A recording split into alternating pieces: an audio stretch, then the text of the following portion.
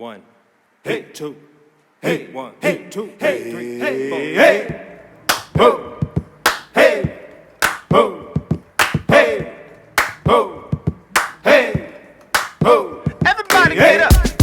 Ho, hey, ho, hey, ho, hey, ho. Everybody get up. Everybody get up. I said, everybody get up. I am not my head. Yeah. Okay. I am not the skin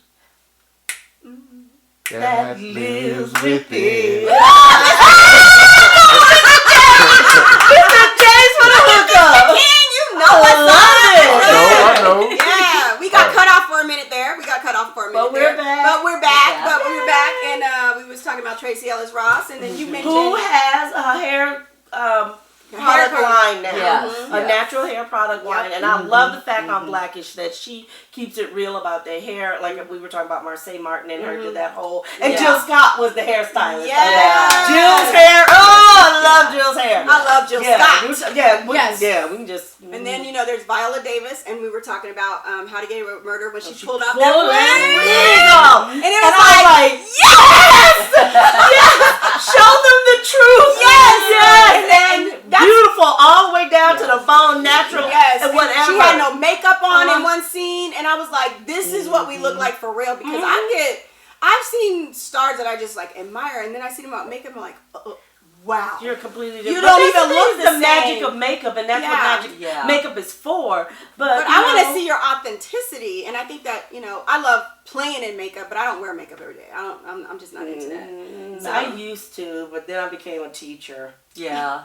What does that have to do with anything? I don't have to be pretty for the little children. Right. To say that. Oh, it's like that. It is like that. But you're the first imprint, and then they say, and that's why they got to see my natural, authentic self. Okay. And being like one of the only black authority figures in the entire school. Yeah. And then it's funny to me because, like, if I do change my hair, put on the difference between my glasses and contact lenses, they're like, oh, Miss Lisa! Oh, what happened to your glasses? Like, what about your hair when you went blonde? Oh, blonde hair. Any day I come in with a new, oh, Miss Lisa! What are you doing to your hair? It's just like, baby, it's my hair. Oh, that's exciting. But I love the fact that I get to be myself in front of them. Yeah. And then teaching them drama and telling them, you can create whoever you want to be, just like characters. Sometimes life isn't gonna be great. Whatever's going on at home, and you still have to show up for jobs. You still have to show up for school. Acting, you can go ahead and put that little. I'm gonna be this person for 8 hours, and then I'm gonna go home and break down. Yourself. Yeah, that's hopefully if you can professionally disconnect, because some people get caught up and they forget who they are. They get caught up and they can't disconnect. Well, that's some deeper. That's some deeper stuff out there. But yeah, so we were talking about hair, makeup, and size-ism. And have you had any experiences with size-ism? You? Not particularly, no. I mean, I always have to bring my own stuff, so that's pretty much, But that's how it's been for me, because it's the theater, and usually... Yeah, but that's sometimes not... Don't excuse it. I shouldn't, but when their budget is whatever, I just when their budget is whatever, but they flying in helicopters. That's true, but no, I haven't been on that production yet, Lisa, but, that's my thing. Y'all got money for all these lights. Nothing in theater is cheap, so you need to go ahead and provide us. Y'all, they can't see your faces turned like that. Oh, I'm talking about I like that. I'm sorry. I like engaging. Yes, exactly. And because of COVID, I've been home alone with the same 3 people. So I just want to see other faces. Yes. Sorry, there we go. And thank goodness in like the theater you can be tall, because I worry about that in like film. That usually people... You would get some bomb-ass roles in film. I was going to say, you get like some some assassins. I know for certain one show that I did, I was not cast, and I was told this because of my height. Okay. I'm all of the 105'2", 100%. 5'2". Because this is the only industry I've ever been in where I do have to put my weight and height on my resume, and that's like, oh well, and to me You that's better than already, me, I don't tell them you that. know, but that's just one of the things That ain't none of their expected, business right? until after they So cast if me it's and they there, pay me. it might not be in front of my face, because who's to say what they looked at before you even got called in for? But you know what? So, I can't deal with what they've looked at. I can only deal with what Yes. Lisa's bringing to the stage. Yes. And they can accept it or not. But Yes. I was, you know, you were talking about height. I have been excluded from shows because either the other actor, like one show, my son, who's supposed to be a teenager, would have been taller than me. And I'm like, but that's real life. Yeah. That's real life. Yeah. There are mothers out there, Yeah, and sure. you know what? They still mother them tall babies. So I don't, and that is, you know, like the organization that I have, Ideas, is like, let's knock down some of these crazy standards that just don't make any sense. Yeah. Why doesn't the stage look like what households and Yeah. communities look like? Yeah. You know, so Yes. True. And Yeah. so Did I get that's that a good piece tucked thing. back in? I 'Cause think I'm- you did. all right. But so that's good that you have ideas About it. to help us to break down those barriers. And you know, we can start on a small scale to help break those down. No. That's why we got our podcast, Rav'n and I. No, I said be loud, proud, and not just knock down the walls. Here's the way that I feel about it right now is that you have two different mindsets because the movement that came out of Broadway, the We See You at American Theater, Okay. they are giving demands. Okay. It is a 29-page booklet of demands of what you will do for Okay. theater to continue. So then what should we do? Because see, I'm a firm believer, and this is why this is a space for everybody who has their opinions, they can pontificate, they can have, they can have, they can, you know, they can say whatever they want. But at the end of the day, I still want to close it up because I'm a big fan of T.I. And he said, and I quote him, he's like, the problem is not always a problem. It's the lack of solutions to the problem. Do you know what I'm saying? And so with this platform that we have, I definitely want to make sure that we ended up on a solution oriented, like what are we doing? Like we're being a contribution to making change and not just being the problem of yelling about the change. Well, and first of all, the doors need to be open to conversation. Yes. That's the first issue is that I think now for the very first time, now that all theater, all productions have stopped, that the conversations, now is the time to have them. Absolutely. And in that being said, this is my Michonne horrible lock with She's pontificating. Yeah, politicking, whatever you want, you know. So I think it's important that we first of all have the character. conversation.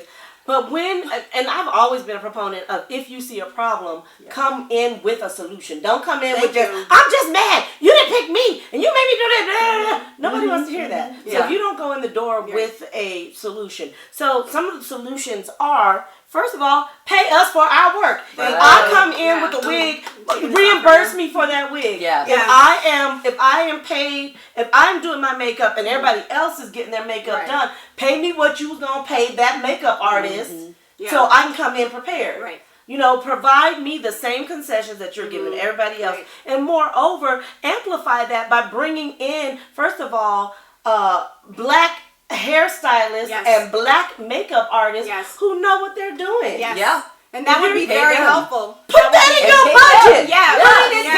Everything And that's for entertainment TV, is film, and budgeted. theater. So going in, you already know you have a black actor.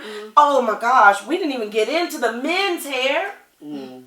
You know what they do to the brothers. Well, you know, and that's true. I know a lot of brothers. Spray paint.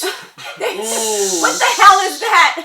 Bro. Why are you spray painting? We not gonna talk their about hairline is right spray here. paint. It's right here. You know their hairline back here. Or the horrible Tyler Perry, please, for the love of God, you there now. You got that money, baby. Go on ahead and find you some black people who can do black hair and makeup because these wigs have got to stop. stop. It's against all things natural and in order. You must stop now. That's what we need to do. We need to raise our voices, and we need to say something, because we will get on. Everybody's got this social media warrior thing that they want to do. They good at this, but sitting in a room and having a conversation, having a conversation with somebody saying, look, these are the needs that I need to do my job. Right. I have the talent, but if I have this thought in the back of my head is I look a hot fool right now. I can't bring my true self to the work. Yep, that's true. Because you want to be, you want to feel confident and beautiful while you're on the screen, while you're on the stage. You want to make sure that you are projecting that. That's why they picked you. But they need to support the fact that you need some makeup and hair and all again, that it stuff, goes back to the decision makers who provide the budget. That's right. It goes back, and if we're talking about theater, it goes back to, what does your board look like?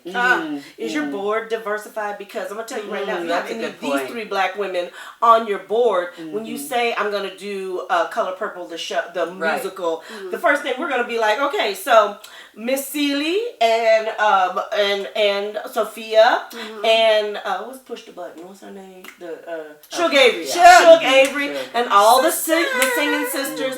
We all need to have the right hair, makeup for the time period. Yes. And all our hair wasn't silky smooth. Right. And there are wigs and there are hair pieces that are made to look just like our hair. Embrace what we come to the door with, our natural hair, because women have worn their natural hair.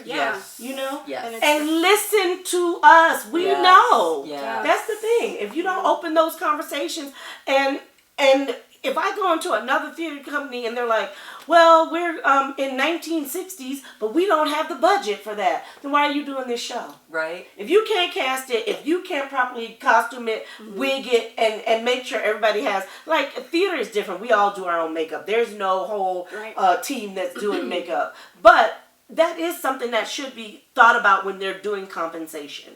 You should be paid for, and I'm telling you right now. Because there's times I had to go get hair and makeup. I had to go buy some pieces. I did get reimbursed for my costumes, but that should be a part of your budget. Most parts, most professional houses, they provide you tights. They provide you undergarments if it's specialty undergarments, and sometimes that's not done. In fact, I was in a hairspray, and I've been in hairspray. I've been Motormouth Maybelle more times than I can. Nice. Same role or different roles? Same role. Motormouth Maybelle. Yeah, which I love the role, and you know, I'm not complaining about it. But the thing is, when I'm sitting in a room with 3 other black women and 18 white women, and everybody's tights are provided, and then they're like, well, we couldn't find any to fit you or your color, so you go out and buy your own. That's an additional cost that I have to get in my car, drive somewhere, or go online. And you should be reimbursed for that. For my time. And so when if I show up and you have on your makeup station all your things you need and provided for you, but then I got to go out and take another trip to go buy things. That's equity. So equity then these are conversations that we need to start in with your business or your, is it nonprofit? It's an organization. Organization. It's ideas. Ideas. And tell us again, what does it stand for? Inclusion, diversity, equity, access on stages. Ideas. Yes. So we. She didn't tell you I was kind of slightly crazy. No, Lisa is a joy. We've never worked together, have we, Lisa? You and I haven't. Rav'n and I have done a show together. I know. There's every time I went for a role and you were there, I was like, I'm done. Every time I went for a role and I saw Latios, I was like, well, what am I here for? She tries to get the role. Like, good Lord, it was availability. When I see her name, I ain't got it. It's over. Well, you know what?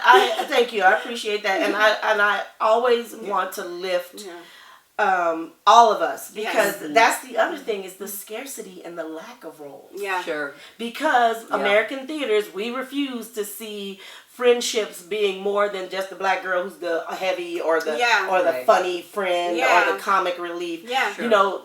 We have got to really get out of that too, and then there will be more opportunity, and there won't be this scarcity of need for black actors, because then economically we can't keep this up. No, we can't. We're already. And we need to make a living. Yeah. Like, some people want to be full-time professional actors. You know, so we need to get that And same pay opportunity as our is not counterparts. there. It is not. If I'm only seen as the maid, the drug addict, the prostitute. We definitely talked about that on our last show about the stereotypes, Yeah. definitely. So, but we want to say thank you for joining us. Do you have any closing remarks, Lisa? Keep it quick. I am going to say Black Lives Matter. Please use your platform to continue this fight. It is not a cause du jour. It is, truthfully, if we can get American stages to demystify the fact that white and black people and Asian people and Latin people all live in the same communities, talk to each other and friends, and go to work together and do all of the things Americans. together. A lot of this will go away. Yeah. Some of this stuff that's inherent in covert racism will go away Yeah. if we start seeing images of what American life really looks like. Exactly. And you put me in the right size clothes, take care of my hair, and make sure my face looks good. That part. Beautiful. And just give another shout out for the shirt. Oh, my shirt! Just another shout out for the shirt. Again, this is IamBlackCurrency.com. That is Jordan Hancock. Please, please, please. Black businesses matter too. Yes. Find us and find those resources, just like the hair. And then 303 Hair and Supply, 3280 North Downing, owned by Aaron and Tisha. Yes. And any closing remarks for you? You know, just keep it inclusive and let's just keep this thing going because black artists matter as well. So, keep it black owned and black proud. So, And thank you so much for joining us. Yes, Lisa, hanging out with me. Thank you for this space and this opportunity to say something. We appreciate you hanging out with Rav'n and Latios. Yeah. Remember, you don't have to be asleep to dream, so get up and get out and do something for yourself. I'm Latios Muhammad, an actor with purpose. I'm Rav'n Moon, an actor with passion. And we are actors from the dark side.